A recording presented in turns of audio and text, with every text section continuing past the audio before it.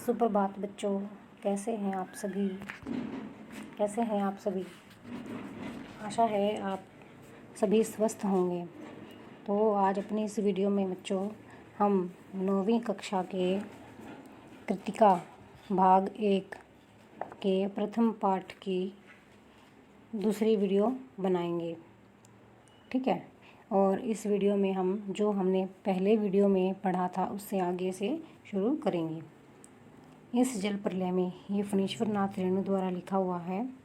और बेटा इसमें फणीश्वर नाथ रेणु ने अपने जीवन के अनुभव जो कि उन्होंने बाढ़ में अनुभव किया था, उस सच्ची घटना के बारे में इसमें लिखा है, ठीक है। तो हम पढ़ना शुरू करेंगे जहाँ से हमने छोड़ा था उससे आगे से। सारे राजेंद्र नगर में सावधान सावधान ध्वनि कुछ देर गूंजती रही। ब्लॉक के नीचे की दुकानों से सामान हटाए जाने लगे। मेरे फ्लैट के नीचे के दुकानदार ने पता नहीं क्यों इतना कागज़ इकट्ठा कर रखा था। एक अलाव लगाकर सुलगा दिया। हमारा कमरा धुएं से भर गया। सारा शहर जगा हुआ है। पश्चिम की ओर कान लगाकर सुनने की चेष्टा करता हूँ। हाँ, पीर मुहानी या सालिमपुरा एहरा अथवा जनक किशोर नवल किशोर रोड की ओर से कुछ हलचल की आवाज़ आ रही है। लगता है 1-1:30 बजे रात तक पानी राजेंद्र नगर पहुँचेगा। सोने की कोशिश करता हूँ लेकिन नींद आएगी भी नहीं। कंपोज की टिकिया अभी नहीं। कुछ लिखूं किंतु क्या लिखूं? कविता। शीर्षक बाढ़ आकुल प्रतीक्षा। धत नींद नहीं, स्मृतियाँ आने लगी एक एक कर, चलचित्र के बेतरतीब दृश्यों की तरह। 1947 मनिहारी, तब पूर्णिया अब कटिहार जिला के इलाके में गुरुजी स्वर्गीय सतीनाथ भादुड़ी के साथ गंगा मैया की बाढ़ से पीड़ित क्षेत्र में हम नाव पर जा रहे हैं। चारों ओर पानी ही पानी। दूर एक द्वीप जैसा बालूचर दिखाई पड़ा। हमने कहा वहाँ चलकर ज़रा चहलकदमी करके टांगे सीधी कर लें। भादुड़ी जी कहते हैं, किंतु सावधान, ऐसी जगहों पर कदम रखने के पहले यह मत भूलना कि तुमसे पहले ही वहाँ हर तरह के प्राणी शरणार्थी के रूप में मौजूद मिलेंगे। और सचमुच चींटी चींटे से लेकर सांप बिच्छू और लोमड़ी सियार तक यहाँ पनाह ले रहे थे। भादुड़ी जी की हिदायत थी, हर नाव पर पकाही घाव, पानी में पैर की उंगलियाँ सड़ जाती हैं, तलवों में भी घाव हो जाता है, की दवा, दिया सलाई की डिबिया और किरासन तेल रहना चाहिए। और सचमुच हम जहाँ जाते खाने पीने की चीज़ से पहले पकाही घाव की दवा और दिया सलाई की मांग होती। 1949 उस बार महानंदा की बाढ़ से घिरे वापसी थाना के एक गांव में हम पहुँचे। हमारी नाव पर रिलीफ के डॉक्टर साहब थे। गांव के कई बीमारों को नाव पर चढ़ाकर कैंप में ले जाना था। एक बीमार नौजवान के साथ उसका कुत्ता भी कुं कुं करता हुआ नाव पर चढ़ आया। डॉक्टर साहब कुत्ते को देखकर भीषण भयभीत हो गए और चिल्लाने लगे, रे कुकुर नहीं, कुकुर नहीं, कुकुर को भगाओ। बीमार नौजवान छप से पानी में उतर गया। हमारा कुकुर नहीं जाएगा तो हम हूँ नहीं जाएगा। फिर कुत्ता भी छपाक पानी में गिरा। हमारा आदमी नहीं जाएगा तो हम हूँ नहीं जाएगा। परमान नदी की बाढ़ में डूबे हुए एक मुसहरों की बस्ती में हम राहत बांटने लगे। खबर मिली थी वे कई दिनों से मछली और चूहों को झुलसाकर खा रहे हैं, किसी तरह जी रहे हैं। किंतु टोले के पास जब हम पहुँचे तो ढोलक और मंजीरा की आवाज़ सुनाई पड़ी। जाकर देखा, एक ऊंची जगह मचान बनाकर स्टेज की तरह बनाया गया दुल्हन का हाव भाव दिखला रहा था, यानी वह धानी है। धरनी धानी पर छोड़कर मायके भागी जा रही है और उसका घरवाला उसको मनाकर राह से लौटाने गया है। इस पद के साथ ही ढोलक पर द्रुत ताल बजने लगा।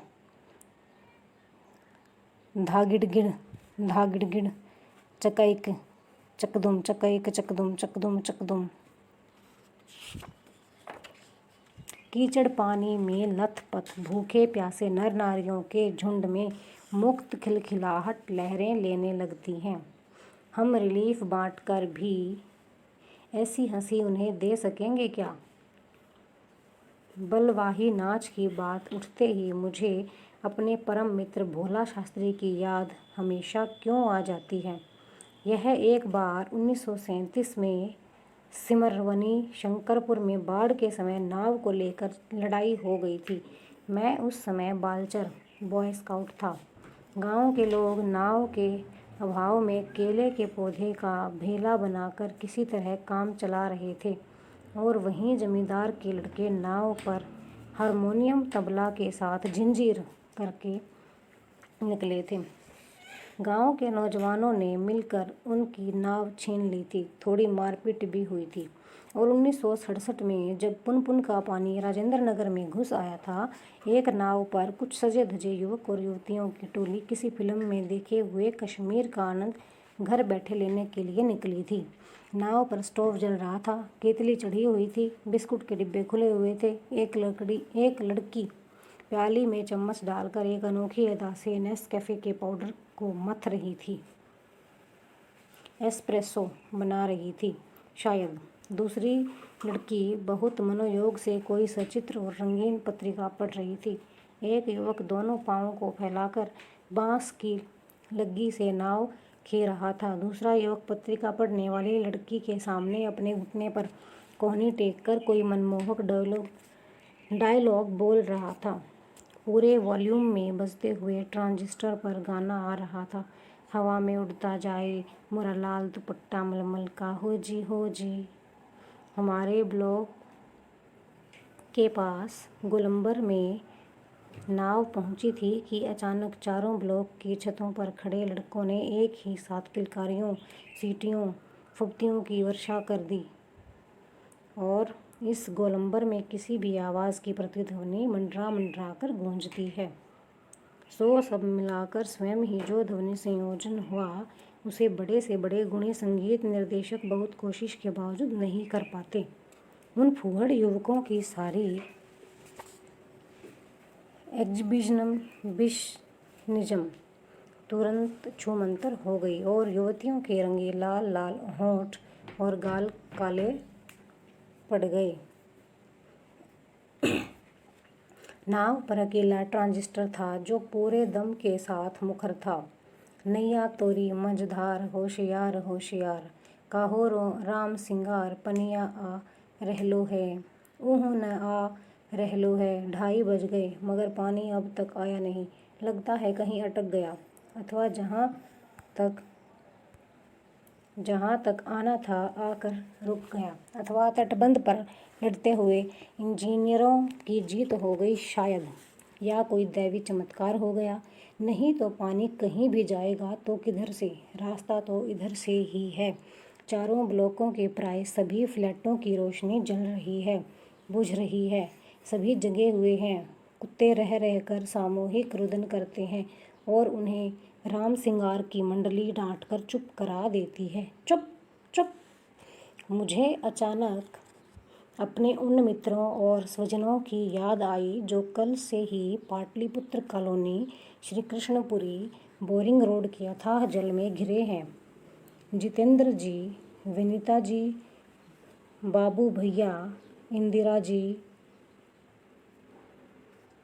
पता नहीं कैसे हैं, किस हाल में हैं वे। शाम को एक बार पड़ोस में जाकर टेलीफोन करने के लिए चोंगा उठाया। बहुत देर तक कई नंबर डायल करता रहा। उधर सन्नाटा था एकदम।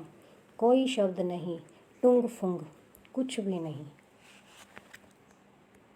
बिस्तर पर करवट लेते हुए फिर एक बार मन में हुआ कुछ लिखना चाहिए, लेकिन क्या लिखना चाहिए? कुछ भी लिखना संभव नहीं और क्या जरूरी है।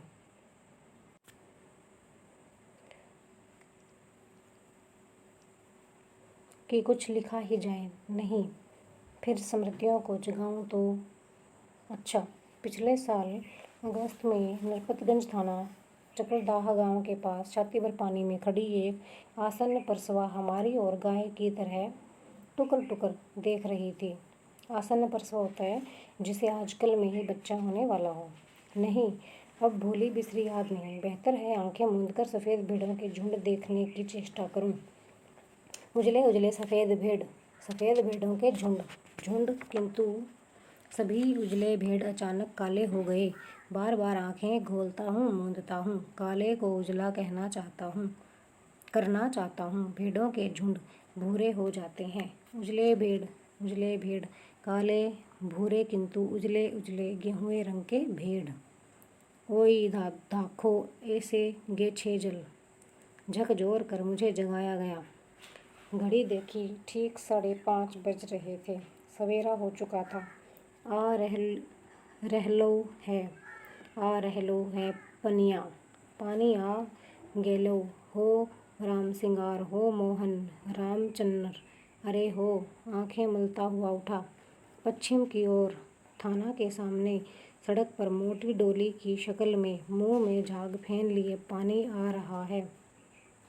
ठीक वैसा ही जैसा शाम को कॉफ़ी हाउस के पास देखा था।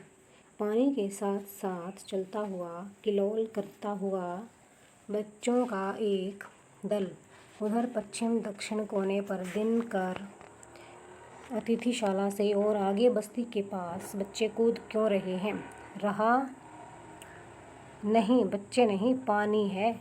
वहाँ मोड़ है, थोड़ा अवरोध है, इसलिए पानी उछल रहा है। पश्चिम उत्तर की ओर ब्लॉक नंबर 1 के पास पुलिस चौकी के पिछवाड़े में पानी का पहला रेला आया।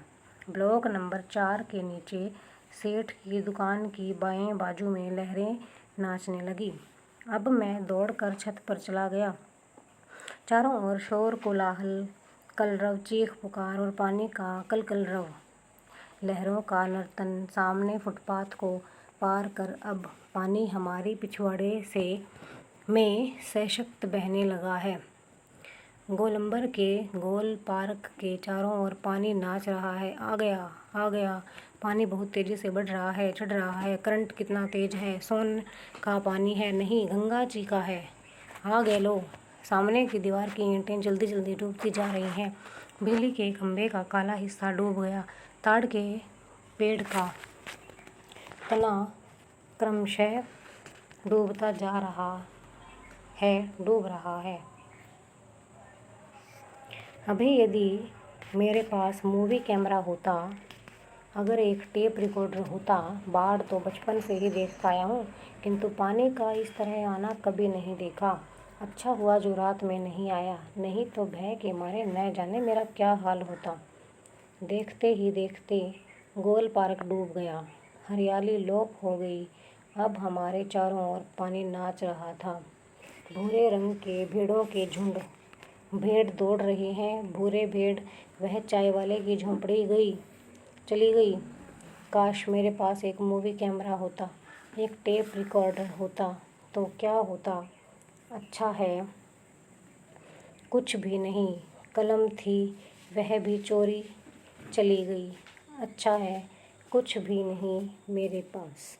तो इस पाठ में जो हमने फणीश्वर नाथ रेणु जी के अनुभव के बारे में पढ़ा है, जो कि उन्होंने बाढ़ग्रस्त होने पर महसूस किया है, अनुभव किया है।